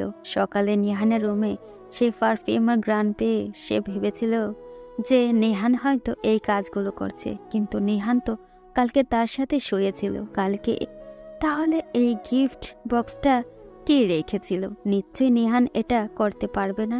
তাহলে কি নেহান এসব করছে না? তাহলে কে করছে এসব? তখন সে ফোনটা হাতে নেয়, তো ফোনটা হাতে নিতেই দেখতে পায় সেই লোকটা মেসেজ। মায়াপুরী, তুমি আমাকে ছাড়া অন্য কাউকে বিয়ে করার চিন্তাও করো না। তুমি যাকে বিয়ে করার চেষ্টা করবে তাকেই আমি মাটির নিচে পুঁতে ফেলবো। আমি কতটা ভয়ঙ্কর সেই ব্যাপারে তোমার কোনো ধারণা নেই। আমার কার্যকলাপে তুমি হয়তো বুঝতে পেরে গেছো আমি কি করতে পারি। আমি চাইলে সব কিছু করতে পারি। সেখানে তোমাকে যে বিয়ে করতে চাইবে তাকে আমি খুন করতে আমার 1 মিনিটও সময় যাবে না। নিশি তখন মেসেজটা পড়ে কান্না করতে শুরু করে। সে যে নিহানের সাথে তার বিয়ের ব্যবস্থা করার কথা বলে এসেছে, এখন যদি নিহান এই কাজটা না করে তাহলে এই লোকটা তো নিহানকেও মেরে ফেলতে পারে। তখন সে কান্না করতে করতে আবার দৌড়ে সেই রুমে যায়। গিয়ে দেখতে পায় তার মা আর ছোট আম্মু সেখানে এখনো বসে আছেন। সেই জন্য সে চিৎকার করে বলে, না না, সেটা আম্মু, তোমরা এই বিষয় নিয়ে আব্বুদের সাথে কোনো কথা বলো না। আমি নিহানকে বিয়ে করতে পারবো না। আমি অনেক ভেবেচিন্তে দেখেছি নিজের রুমে গিয়ে নিহানকে বিয়ে করাটা আমার জন্য উচিত নয়। ও আমার থেকে বয়সে অনেক ছোট। আমার যার সাথে বিয়ে হচ্ছে তার সাথেই হোক। নিশির কথা শুনে তারা আচার্যের চরম পর্যায়ে পৌঁছে যায়। মেয়েটা এক এক সময় এক এক কথা বলছে। তার মনের মধ্যে কি ঘুরপাক খাচ্ছে তারা কিছুই বুঝতে পারছে না। নিশি তখন নিজের রুমে গিয়ে শুয়ে কান্না করতে শুরু করে। সে এখন কি করবে? তার সবকিছু কেমন জানি চিন্তার বাইরে চলে যাচ্ছে। কে এই লোকটা, আর কেন এসব করতে চাইছে কিছুই বুঝতে পারছে না। একদিকে যেমন রাহাত, অন্যদিকে নিহান, আরেকদিকে এই অপরিচিত লোকটা। তিনজনের মধ্যখানে পড়ে তার জীবনটা একদম ধ্বংস হয়ে যাচ্ছে। তখন সে কান্না করতে শুরু করে। আগ বাড়িয়ে সেই লোকটার কাছে মেসেজ পাঠায়, আপনাকে আমি শেষে একটা সুযোগ দিতে চাই। যদি দেখা করতে চান তাহলে কালকে বিকালে আমার সাথে সেই পার্কে দেখা করুন। আপনি যেভাবে বলেছেন আমি সেভাবেই সেখানে আসব। কিন্তু যদি না আসেন তাহলে আমি আত্মহত্যা করব, কারণ আমি বিশাল ঝামেলায় পড়ে গেছি। মেসেজটা সেন্ড হতে দেরি হলো, কিন্তু রিপ্লাই আসতে দেরি হলো না। ওপাশ থেকে লোকটা রিপ্লাই দিল, মায়াপুরী, তুমি কি পাগল হয়ে গেছো? তুমি আত্মহত্যা করবে মানে? এটা কোনোদিন হতে পারে না। তুমি যেটা বলবে সেটাই হবে। কালকেই আমি তোমার সাথে দেখা করব। কালকে বিকেলে তুমি পার্কে চলে আসবে। একা আসবে কিন্তু। এভাবে দেখতে দেখতে রাত হয়ে গেল। সবাই সবার কাছে ব্যস্ত হয়ে পড়েছে। নিশির মনের মধ্যে আলাদা একটা অনুভূতি কাজ করছে। লোকটার সাথে দেখা হবে। কে সেই লোকটা কালকে সে জানতে পারবে। এজন্য তার মনের ভিতর একটা আনন্দ কাজ করছে, অন্যদিকে আরেকটা ভয় কাজ করছে। লোকটা যদি তাকে দেখার পর আটকে রেখে দেয়, ওকে তো একা যেতে বলেছি। নিশি পরের দিন সকাল হতেই রেডি থাকে যে করেই হোক আজকে পৌঁছাতেই হবে ওখানে। কিন্তু সবার সামনে যদি এভাবে সেজে গুজে বের হয় তাহলে কিভাবে সে সবার সামনে দিয়ে বের হয়ে যাবে? তখন সে তার ফ্রেন্ড মিলিকে কল করে। কি ব্যাপার বান্ধবী, এতদিন থেকে ভার্সিটিও আসিস না, আমাদের সাথেও কোনো রকম যোগাযোগ করিস না, বুঝলাম না কি হয়েছে তোর? সব কথা তোকে পরে খুলে বলবো। তুই কি এখন ফ্রি আছিস? আমি তোর বাসায় একবার আসতে চাই। এটার জন্য আবার বলে আসতে হয় নাকি? আমি বাসায় আছি, তাড়াতাড়ি চলে আয়। আমার বাসায় কি দরকার? নিশি তখন সেই ব্যাগগুলো নিয়ে দৌড়ে চলে যায় মিলিদের বাসায়। যাওয়ার সময় তার আম্মুকে বলে যায় যে আসতে আসতে সন্ধ্যার পর হতে পারে। মিলিদের বাসায় পৌঁছাতেই মিলি তাকে এসে নিয়ে যায়। তখন সেই মিলির সামনে গিয়ে বলে, মিলি, তোকে বলেছিলাম না সেই অপরিচিত লোকটার কথা? আজকে সেই অপরিচিত লোকটা আমার সাথে দেখা করবে, সেই জন্য তার কাছে যাব। কি বলছিস দোষ? আমাকেও নিয়ে যা প্লিজ। আমার অনেক ইচ্ছে সেই ছেলেটাকে দেখার। কে সেই প্রেমিক? আমি একটাবার দেখতে চাই তাকে। কিন্তু তোকে নিয়ে যাওয়া সম্ভব নয়, কারণ লোকটা বলেছে একা দেখা করতে চায়। আমাকে একাই যেতে হবে এবং গিফটগুলো পাঠিয়েছে, এগুলো পড়ে যাওয়ার কথা বললো। মিলি তখন মন খারাপ করে নিশিকে সাজাতে শুরু করে। নিশি ড্রেসগুলো পরে সবগুলো জিনিস তার পছন্দের, জুয়েলারি সহ সবকিছু তার খুবই পছন্দের। এইগুলো পরার পর আয়নার সামনে গিয়ে নিজেকেই সে চিনতে পারছে না। তখন মিলি বলল, দোস্ত, তোকে আর যে সুন্দর লাগছে, লোকটা যদি তোকে ধরে বিয়ে করে ফেলে তাহলে কি হবে? নিশি তখন মুচকি এসে মেয়েদিকে একটা ধাক্কা দিয়ে সেখান থেকে চলে আসে। কারণ বিকাল হতে শুরু হয়েছে। সেই পার্কে গিয়ে অপেক্ষা করতে শুরু করে, কিন্তু সেই লোকটা এখনো আসছে না। তখন সেই লোকটাকে মেসেজ করে, আপনি কোথায়? আমি তো চলে এসেছি। আমি অনেক আগেই চলে এসেছি। আমার মায়াপরীকে একটু দেখছিলাম দূর থেকে। অনেক সুন্দর লাগছে তোমাকে আজকে, সেই জন্য তোমার দিকে কিছুক্ষণ তাকিয়েছিলাম। তোমার সামনে গিয়ে হয়তো দেখতে পারবো না, সেই জন্য আমি বট গাছটার পেছনে আছি। তখন সে সেই বটগাছটার পেছনে যায়, গিয়ে দেখতে পায় একটা লোক উল্টো ঘুরে দাঁড়িয়ে আছে। তখন নিশি পাশে গিয়ে জিজ্ঞাসা করে, কে আপনি? আর আপনি আমাকে বারবার এইরকম মেসেজ পাঠান কেন? আজকে আমি আপনার মুখটা দেখতে চাই। এদিকে ঘুরুন একবার। তখন সেই লোকটা আস্তে আস্তে কথা বলতে শুরু করে। লোকটার প্রথম কণ্ঠ শুনবে সেই জন্য অপেক্ষা করতে থাকে। লোকটা তখন বলে, আমার কোনোদিন সাহস হয়নি তোমাকে আমার ভালোবাসার কথাটা বলার। আজকে সেই সুযোগটা পেয়েছি। তোমাকে আমি বলতে চাই, আমি তোমাকে ভালোবাসি। তোমাকে কতটা ভালোবাসি সেটা যদি প্রকাশ করতে পারতাম, তাহলে হয়তো আমার গলা শুকিয়ে যেত, পৃথিবীর সময়ের হিসেবটা বন্ধ হয়ে যেত। কারণ সেই কাহিনী বলতে বলতে সময় কোন দিক দিয়ে চলে যেত কেউ বুঝতে পারতো না। নিশি কণ্ঠটা শুনেই চিনতে পেরে যায়। তখন সে দৌড়ে গিয়ে তাকে পেছন ঘোরায়।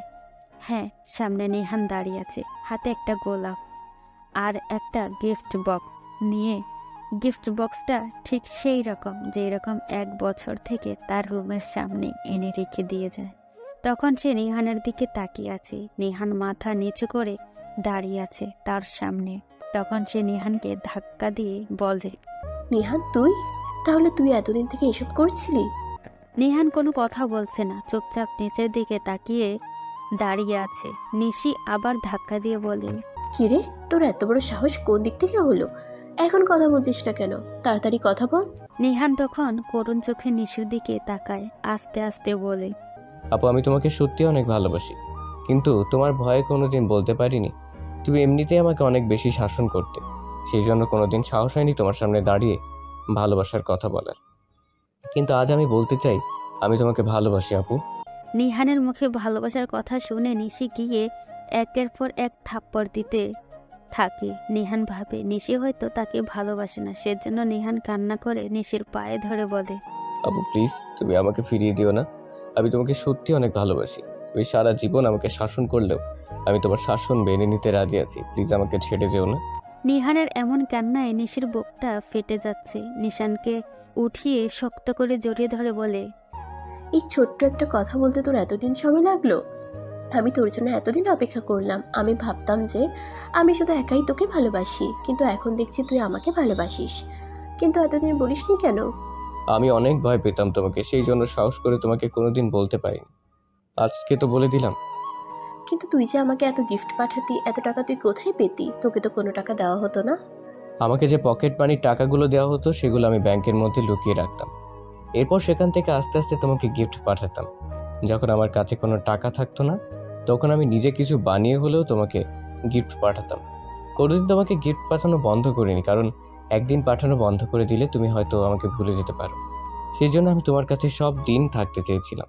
নিশি কি বলবে বুঝে উঠতে পারছে না। নিহান তাকে এতটা ভালোবাসে সে কোনোদিন ভাবতে পারেনি। টানতে টানতে বাসায় নিয়ে যায়। বাসায় গিয়ে এই অবস্থায় তাদেরকে ঢুকতে দেখে সবাই তাদের দিকে অবাক হয়ে তাকিয়ে আছে। তার বাবা তার কাছে এসে জিজ্ঞাসা করে, কে ঋষি? তুই নিহান কিভাবে টেনে নিয়ে আসছিস? কি হয়েছে তোদের? আব্বু, আমি নিহানকে ভালোবাসি আর নিহানও আমাকে ভালোবাসে। আমরা দুজন বিয়ে করতে চাই। আমি রাহাত ভাইকে বিয়ে করতে পারবো না। রাহাত ভাইয়ের সাথে আমার সম্পর্কটা স্বাভাবিক নয়। ওনাকে আমি মানিয়ে নিতে পারবো না। তাদের কথা শুনে পরিবারের সবাই তাদের দিকে তাকিয়ে আছে। তাদের ফুপিও তাদের দিকে তাকিয়ে আছে। রাহাত অবাক দৃষ্টিতে তাকিয়ে আছে নিশির দিকে। এটা স্বাভাবিক, কারণ তাদের বিয়ের সব ব্যবস্থা হয়ে গেছে। শপিংয়ে কালকে নিশি গিয়ে শপিং করেছে, কিন্তু আজকে এমন একটা কথা বলবে সে কোনোদিন চিন্তাও করতে পারেনি। তুই কি বলছিস? তোর কি মাথা ঠিক আছে? বিয়ে করবি না মানে?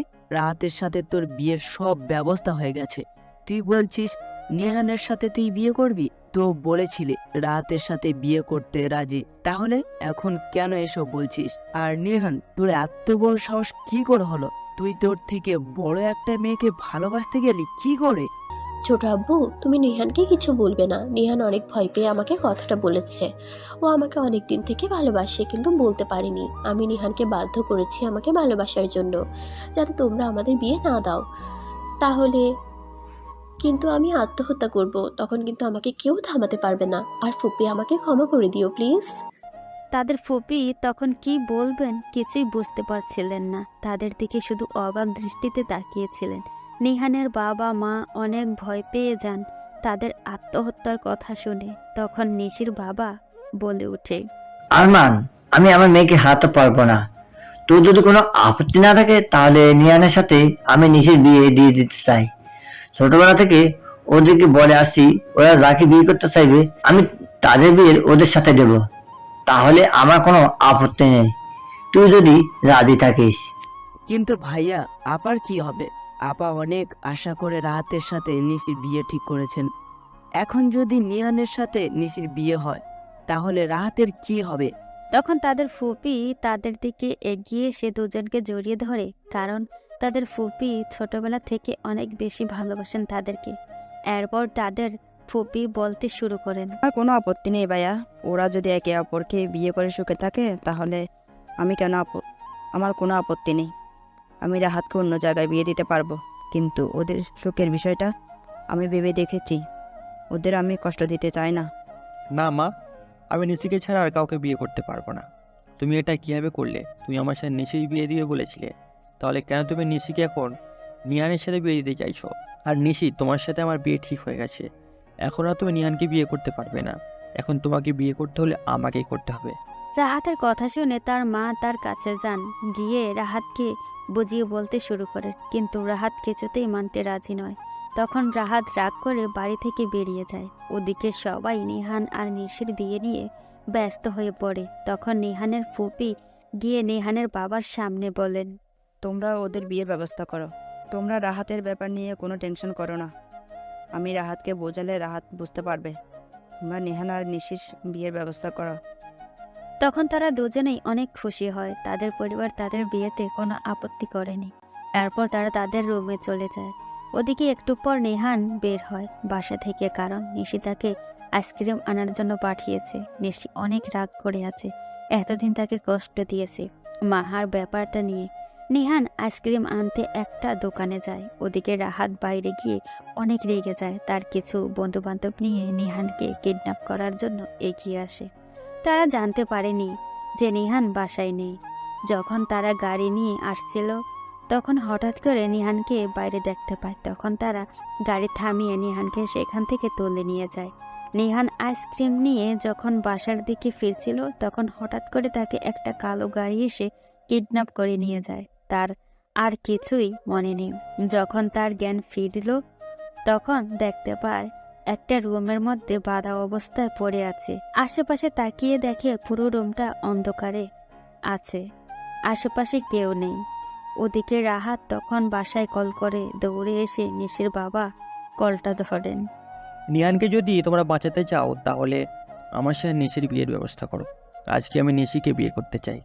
তোমরা যদি নিহানকে বাঁচাতে চাও তাহলে তোমরা তাড়াতাড়ি নিশিকে নিয়ে চলে আসো আমার দেওয়া ঠিকানায়। রাহাত, কি করছো? তোমার মাথা খারাপ হয়ে গেছে নাকি? নিশিকে তুমি কেন বিয়ে করবে? নিশিকে তুমি বিয়ে করে সুখী হতে পারবে না বাবা। বড় মামা, আমি এসব কিছু বুঝতে চাই না। তোমরা যদি ওকে বাঁচাতে চাও তাহলে চলে আসো। 1 ঘন্টার সময় দিলাম। 1 ঘন্টার ভিতরে যদি তুমি না আসো তাহলে কিন্তু নিহানকে গুলি করে মেরে ফেলবো। তখন সবাই এসে ফোনের কাছে জড়ো হতে শুরু করে। যখন এই কথাটা নিশি শুনতে পায় তখন সে কান্না করতে শুরু করে। সে নিজেকে সব দোষ দিতে শুরু করে। সে কেন পাঠিয়েছিল আইসক্রিম আনার জন্য। নিশি তখন কান্না করে তার ছোট আব্বুর কাছে গিয়ে বলে, ছোট আব্বু, এটা কি করে হলো? আমি নিহানকে ছাড়া বাঁচতে পারবো না। তোমরা প্লিজ ওকে আমার কাছে এনে দাও, না হলে আমি মরে যাব। তুই কোনো চিন্তা করিস না মামুনি, আমি দেখছি কি করা যায়। এসব বিষয় নিয়ে কোনো টেনশন করার দরকার নেই। না ছোট আব্বু, তোমরা তাড়াতাড়ি আমাকে নিহানের কাছে নিয়ে চলো। নিহান মনে হয় অনেক কষ্টে আছে। আমি নিহানের কষ্ট সহ্য করতে পারবো না। ওই রাহাতকে তাড়াতাড়ি ধরে নিয়ে আসো। ও কেন এরকম করলো? তখন তারা কি করবে কিছুই বুঝে উঠতে পারছিল না। এভাবে বসে থাকলে চলবে না। নিশির বাবা তখন পুলিশের কাছে কল দেয়। থানার কাছাকাছি ছিল, সেজন্য 10 মিনিটের মধ্যে পুলিশ চলে আসে। তখন নিশির বাবা পুলিশ অফিসারকে বলেন, অফিসার, আমার বাতিজাকে কিডন্যাপ করা হয়েছে। আমরা জানি কে কিডন্যাপ করেছে, কিডন্যাপার আমাদেরকে কল করেছিল। আমাদের বাতিজাকেও ওকে কিডন্যাপ করে নিয়ে গেছে। আপনারা ওকে খুঁজে বের করার চেষ্টা করুন প্লিজ। কিডন্যাপার আপনাদেরকে কোনো লোকেশন দিয়েছে?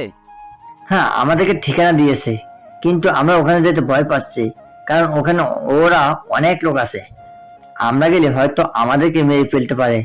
আর আমাদেরকে বলছে যে আমাদের মেয়েকে নিয়ে যেতে, ওখানে গিয়ে তার সাথে বিয়ে দিতে, না হলে আমার বাতিজাকে মেরে ফেলবে। আপনারা কি বলতেছেন? আমি তো কিছুই বুঝতে পারছি না। আপনারা একটু ক্লিয়ার করে সব ঘটনা আমাকে খুলে বলুন তো। এরপর পুলিশ অফিসারের কাছে সব ঘটনা খুলে বলেন সবাই। ওদিকে মাহা নিহানের কিছু হয়ে যাবে এটা সহ্য করতে পারছিল না। সে দৌড়ে রাহাতের রুমে যায়, কারণ রাহাতের বন্ধু নিলয় মাহাকে অনেক ভালোবাসে। মাহাকে বারবার প্রপোজ করেছিল, কিন্তু মাহা বারবার রিজেক্ট করেছে নিহানের জন্য। এখন সে ওকে ব্যবহার করতে চায়। তখন সে দৌড়ে নিলয়কে কল করে।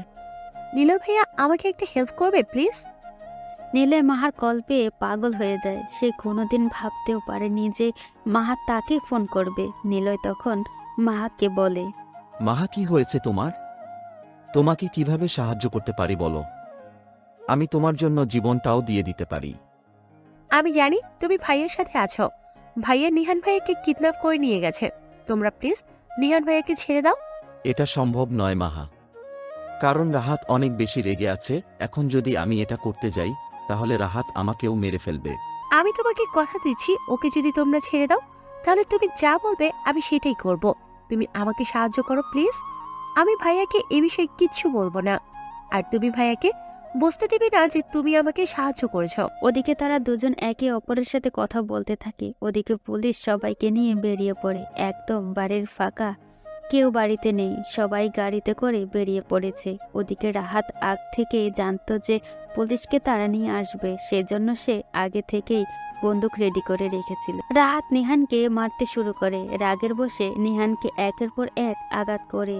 রাহাত থামছে না, আর নিহান অনেক কান্না করে। নিহান কোনোদিন এত আঘাত সহ্য করেনি। একটু পরেই পুলিশ সহ সবাই সেখানে গিয়ে পৌঁছায়। সেখানে পৌঁছাতেই রাহাত পুলিশের দিকে তাকিয়ে বলে, আমি জানতাম আমার মামারা পুলিশ নিয়ে আসবে, সেই জন্য অফিসার আপনাদেরকে বলে দিচ্ছি আমাদের কাজে বাধা দিতে আসবেন না, না হলে কিন্তু গুলি করে ওকে মেরে ফেলবো। এই, তোকে শেষবারের মতো বলে দিছি, বন্দুক নামিয়ে ফেল, কারণ তুই কিছুই করতে পারবি না। যদি কিছু করতে চাস তাহলে কিন্তু মেরে ফেলবো তোকে। রাহাত তখন বন্ধ তাকে করে নিহানের কাছে চলে যায়। নিহানের মাথায় বন্দুক। এটা দেখে তার পরিবারের সবাই কান্না করতে শুরু করে। তখন রাহাত বলে, ছোট মামা, তুমি যদি তোমার ছেলেকে বাঁচাতে চাও তাহলে এখন সে পুলিশ অফিসারকে এখান থেকে চলে যেতে বলো। যদি পুলিশ এই জায়গায় থাকে তাহলে কিন্তু আমি নিহানকে মেরে ফেলবো। তোমরা এখনই পুলিশকে চলে যেতে বলো। তারা কি করবে বুঝতে পারছিল না, একে অপরের দিকে তাকাচ্ছিল। রাহাত বন্দুকটা নিয়ে নিহানের একদম কাছে চলে যায়। তখন নিশির বাবা বলে উঠে, অফিসার, আপনারা এখান থেকে চলে যান প্লিজ, না হলে আমার বাতিজাকে মেরে ফেলবে। আপনারা এখান থেকে তাড়াতাড়ি চলে যান, না হলে আমার পরিবারের সবকিছু শেষ হয়ে যাবে। আপনারা কোনো চিন্তা করবেন না, আমি এই ছেলেটাকে ধরে ফেলবো। এরকম কত অপরাধীকে আমরা শাস্তি দিয়েছি, আপনারা নিশ্চিন্তে থাকতে পারেন। এখানে আমার বাতিজার জীবনের ব্যাপার, তাই আমি কোনো রিস্ক নিতে চাই না। আপনারা এখান থেকে চলে যান প্লিজ। দরকার হলে আপনাদেরকে ডাকবো, কিন্তু প্লিজ আপনারা এখান থেকে চলে যান প্লিজ। পুলিশ তখন সেখান থেকে চলে গিয়ে বাইরে দাঁড়িয়ে থাকে, কারণ যাতে কোনো সমস্যা হলে তাড়াতাড়ি যেন ভিতরে আসতে পারে না। রাহাত ভাবে যে পুলিশ চলে গেছে। তখন সে ভেতর থেকে তার একটা বন্ধুকে বলে, আমরা যে কাজী সাহেবকে ধরে নিয়ে এসেছিলাম তাকে তাড়াতাড়ি এখানে নিয়ে আয়। আমি আজকে এখনই নিশিকে বিয়ে করতে চাই। আমার কাছ থেকে নিশিকে কেউ কেড়ে নিতে পারবে না। রাহাত, বাবা কেন এরকম করছিস বলতো? আমি তো তোর মা। আমার দিকে তাকিয়ে তুই এই কাজটা বন্ধ করে দে। তুই নিশিকে বিয়ে করে কোনোদিন সুখ হতে পারবি না বাবা। মাঝখান থেকে আমাদের জীবনকে নষ্ট করেছিস। তখন সবাই কথা বলাবলি করছে। নিলয় নিহানের চেয়ারের পাশে দাঁড়িয়ে আছে। নিশি অনেক কান্না করছে। এরপর কাজিনকে ডেকে নিয়ে আসা হয়। রাহাত তখন বলে, তুই আমার মা হয়ে আমার সাথে বেইমানি করতে পারলে, আমি কেন পারবো না? আমাকে তবে নিশির সাথে বিয়ে দিয়ে বলে এখন এরকম করছো? কাজী সাহেব, বিয়ে পড়ানো শুরু করেন। আমার আর নিশির বিয়ে তাড়াতাড়ি করুন। তারা এসব কথা বলতে থাকে। হঠাৎ করে নিলয় নিজের রাইফেলটার পেছন দিক দিয়ে আঘাত করে রাহাত মাটিতে পড়ে যায়। এর আগেই রাহাতের পেছনে নিলয় নিহানের হাতের বাঁধন খুলে দিয়েছে। নিহান তখন দৌড়ে গিয়ে নিশিকে জড়িয়ে ধরে। রাহাত তখন পেছনে ঘুরে বলে, নিলয় দোষ, তুই এটা কিভাবে করতে পারলি? আমার তো মাথা ঘুরে যাচ্ছে। আমার কথাই করেছে ভাইয়া, তুমি আমার ভালোবাসাকে মেরে ফেলবে আর আমি বসে দেখবো, তাই না? তোর ভালোবাসা মানে? আমি নিহান ভাইয়াকে ভালোবাসি, তুমি নিশি আপুকে পাওয়ার জন্য আমার ভালোবাসাকে মেরে ফেলবে, সেটা আমি মেনে নেব কেন? এটা একদম ঠিক করলি না বোন, তোকে শাস্তি পেতেই হবে। তখন পুলিশ ভিতরে এসে রাহাতকে ধরে নিয়ে গেল। তারা সবাই বাড়িতে চলে আসলো। মাহা সেখানেই দাঁড়িয়ে আছে। নিলয় তার সামনে এসে বলল, আমি তোমার সামনে কোনোদিন ভালোবাসার দাবি নিয়ে আসবো না, শুধু বলবো আমার পাশে থাকো। কেন দাবি নিয়ে আসবে না? তুমি নিঃস্বার্থভাবে আমাকে ভালোবাসো, আমি চেষ্টা করব তোমাকে নিজের মনের ঘরে জায়গা দেওয়ার। নিলয় মাহাকে শক্ত করে জড়িয়ে ধরল। মাহা তখন বলল, আব্বু, আম্মুকে বলে আমাদের বিয়ের ব্যবস্থা করবা। এত পিচ্ছি বয়সে পাকনামি করো না, এখনো অনেক সময় বাকি আছে, আগে পড়াশোনা শেষ হোক। আমি তো চলে যাচ্ছি না, এখন চলো নিশি, আপুর বিয়ে খেতে হবে। চলো। ওদিকে 2 দিন পর নিশি লাল বেনারসি শাড়ি পরে স্টেজে বসে আছে। ভালোবাসার মানুষকে পাওয়ার আনন্দ কাজ করছে মনের ভিতর। নিহানকে একদম রাজকুমারের মতো মনে হচ্ছে। নিশি বারবার নিহানকে মেয়েদের দিকে তাকাতে ইশারায় বারণ করছে, কিন্তু নিহান তাকে রাগানোর বারবার আশেপাশে তাকাচ্ছে। ভালোভাবেই বিয়ে সম্পন্ন হলো। বাসর ঘরে যেতে নিহানের কেমন জানি করছিল, কিন্তু সাহস করে ঢুকে নিহানকে দেখে নিশি এসে পায়ে ধরে সালাম করে। নিহান লজ্জায় শেষ মনে হচ্ছিল। সে একটা মেয়ে, এতদিন যেই মেয়েটা তাকে থাপ্পড় দিত, আজ সেই মেয়েটা তার পা ধরছে। সে তার পাটা আরেকটু বাড়িয়ে দেয়। নিশি বুঝতে পারে নিহান ফাজলামি করছে। সে উঠে নিহানের কলার চেপে ধরে বলে, কি ভাবছিস পিচ্ছি? তোর বউ হয়েছি বলে সব ছেড়ে দিব? এখনো রং দেখছো? রঙের ডিব্বা দেখনি? সরি বউ, আজকে না আমাদের বাসরাত। চুপ, আগে আমার প্রশ্নের উত্তর দাও, না হলে জনগণ আমাকে পিঠাবে। সেদিন যে তুমি অসুস্থ ছিলে, আমার ঘরের গিফট কে রাখছিল আর রাহাতকে কে মারছে? আমি জানি তুমি না, কারণ তোমার সাহস কতটুকু। ওগুলো সব আমার বন্ধু রাজীব করছে। ও জানে আমি তোমাকে কতটুকু ফ্রেশ ড্রিঙ্কিং ওয়াটারের মতো পিওর লাভ করি। নিহান লক্ষ্য করছে আজকে নিশি তাকে তুমি করে বলছে। মনে মনে তার লাড্ডু ফুটছে। নিহান তখন মুখ গুমরা করে বলে, আমার একটা অভিযোগ আছে। কি? আমার গালগুলো সব কত ফর্সা ছিল শুধুমাত্র তোমার থাপ্পড়ের কারণে। এত লাল হয়েছে, এই থাপ্পড়ের বিচার করে করবে? ওলে আমার বাবুটার বুঝি কষ্ট হতো? আসো তোমাকে একটা উম্মা দেই। তোর কি বলো? সবার সামনে লজ্জা করে না? তাহলে সবাইকে যেতে বলো। ও হ্যাঁ, আপনারা চলে যান, পরের গল্পে দেখা হবে। বুঝতেই তো পারছেন কত স্যাক্রিফাইস করতে পেয়েছি। একটা ছেলের কাছে পকেট মানির টাকা জমানো আর বাস দিয়ে যুদ্ধ করে বিশ্বজয় করা সমান। তবে আমি সেটা পেরেছি। তবে যাওয়ার আগে গল্পটি কেমন লাগলো জানাতে বলবেন না। দেখা হবে পরের গল্পে।